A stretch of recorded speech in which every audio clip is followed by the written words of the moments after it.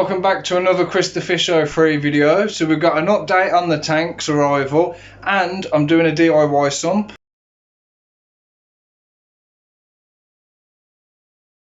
So we'll start off with the update. The tanks were meant to be here today, being Saturday.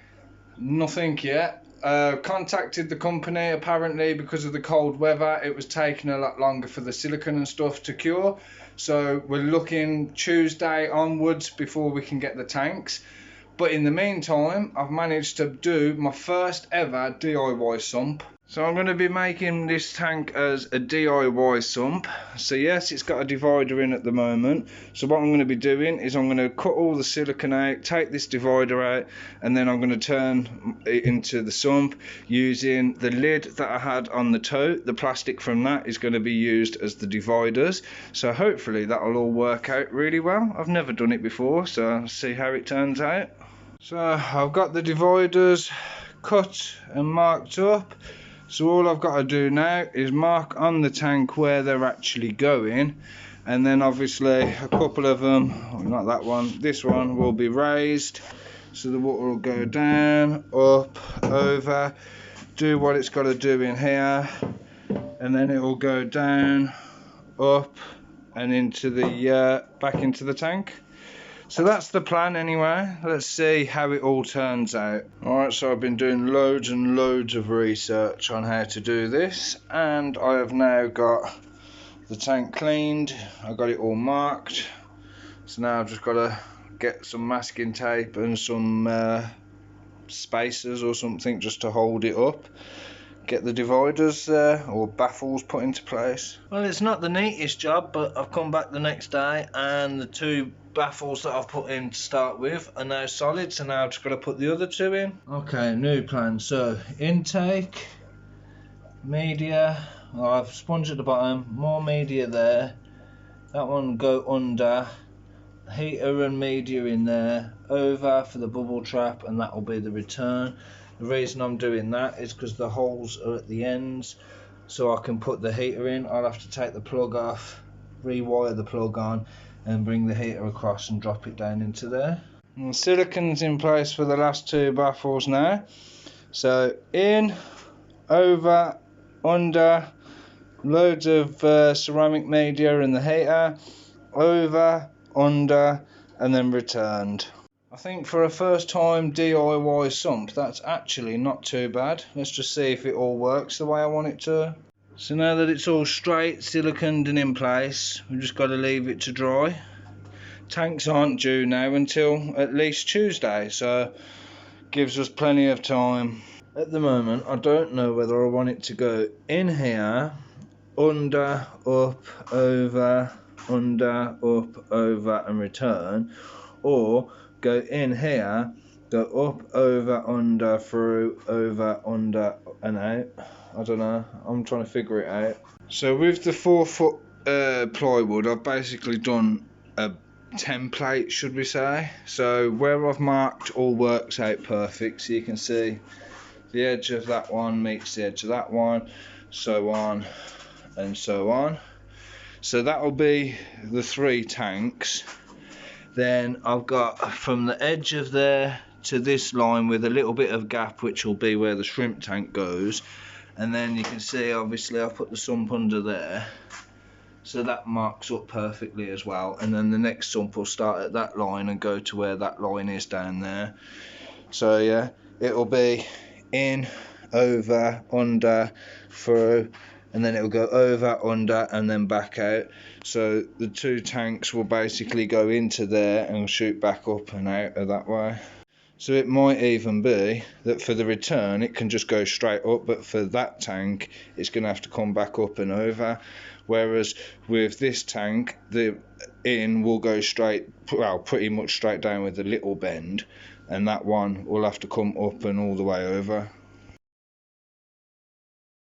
So the tanks may not have shown up yet, but at the same time the sump is ready and underneath. The pumps have arrived. I've got 2 4,500 pumps, to obviously one for each tank. Comes with a load of adapters.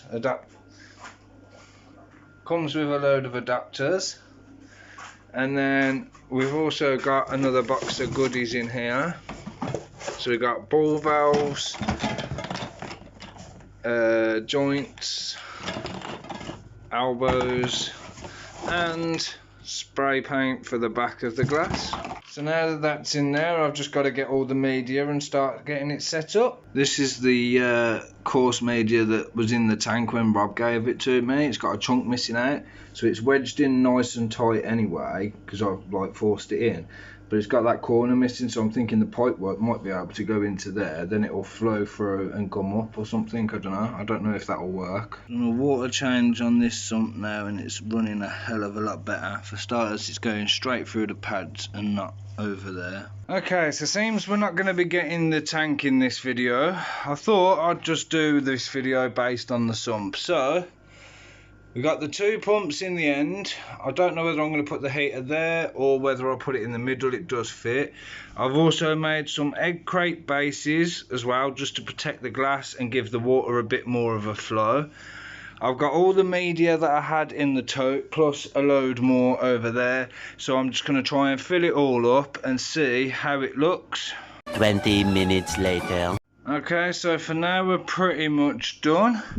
So I've got bio balls at the bottom, so it will swish around there, come up through this pad, up through this pad. I've got a little piece of course on the top, then it will flow over. That will catch the majority of the poo and rubbish and what have you. Then I've got coarse, medium, fine, going through all the coral rock or ocean rock, whatever you call it. Then it will flow under and it will come up through all these rings. Obviously I'm going to have to get a lot more, but I think I'm going to get some alpha grog to put in here as well. Then it will come up, over through the bubble trap, into here, fill up. I've got to obviously mark where I want the water level at. And then, as I say, I don't know which section I'm going to put the heater in, whether it be that one or this one. I'm thinking that one might be a bit safer because I don't want it getting smashed or damaged with all this floating around. But for now, that's pretty much sorted. I'm also going to be looking at putting like a polycarbonate sheeting lid on, but at the same time I've also got these, even if it's just for one section. I don't know if I've got another 2, I might do, but either way, all the wires can be coming out that corner, which makes it a whole lot tidier as well. So yeah, fingers crossed, let's see what happens. So yeah, also another update to add as well. I am now going to be doing a fish keeping level 2 course as well, which has been paid for, 260 quid, something like that. So I'm absolutely buzzing, because even though I've been self-taught all these years, obviously there's several people that like to comment that, oh, you're doing this wrong, you're doing that wrong, blah blah blah. I've already said I'm not an educational channel. I show how I do it. Not everybody does it the same. But now that I'm going to be doing this fish course, it means I can learn the proper way of doing everything and hopefully get some qualifications at the same time. So I'm doing my Stonebridge course, which is aquarium and fish keeping level 2. That will take about 110 hours, so it depends on how long I can spend on it. But in the meantime, we're getting there, we're finally learning. So not only am I going to be giving the fish room a reboot, I'm giving this noggin a reboot as well. Right, so we're going to leave it there. Hopefully, say Tuesday, we might be getting the tanks, or at least finding out when we're getting the tanks. So in the meantime, just keep supporting the channel like you all have been. You're absolutely amazing. Make sure you like, subscribe, and hit the bell, and I'll catch you in the next video. But by the way, if you can comment and share it as well, all helps with the algorithm to spread the videos better. So again, thank you all very much. Bye bye.